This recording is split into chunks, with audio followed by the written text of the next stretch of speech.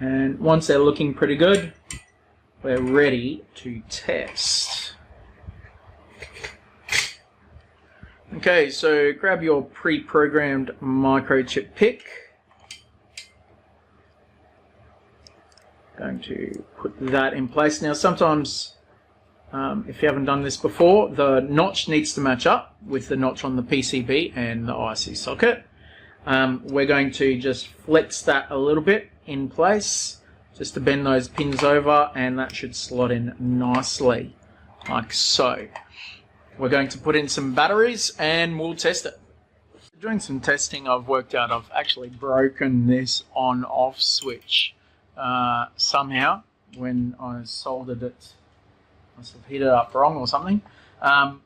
It's easy to, well, not fix the switch, but I'm just going to bridge it because we don't actually need it to be turned off at all. So all I'm going to do is heat up, solder these two pins together, and then I should get voltage to the microcontroller again.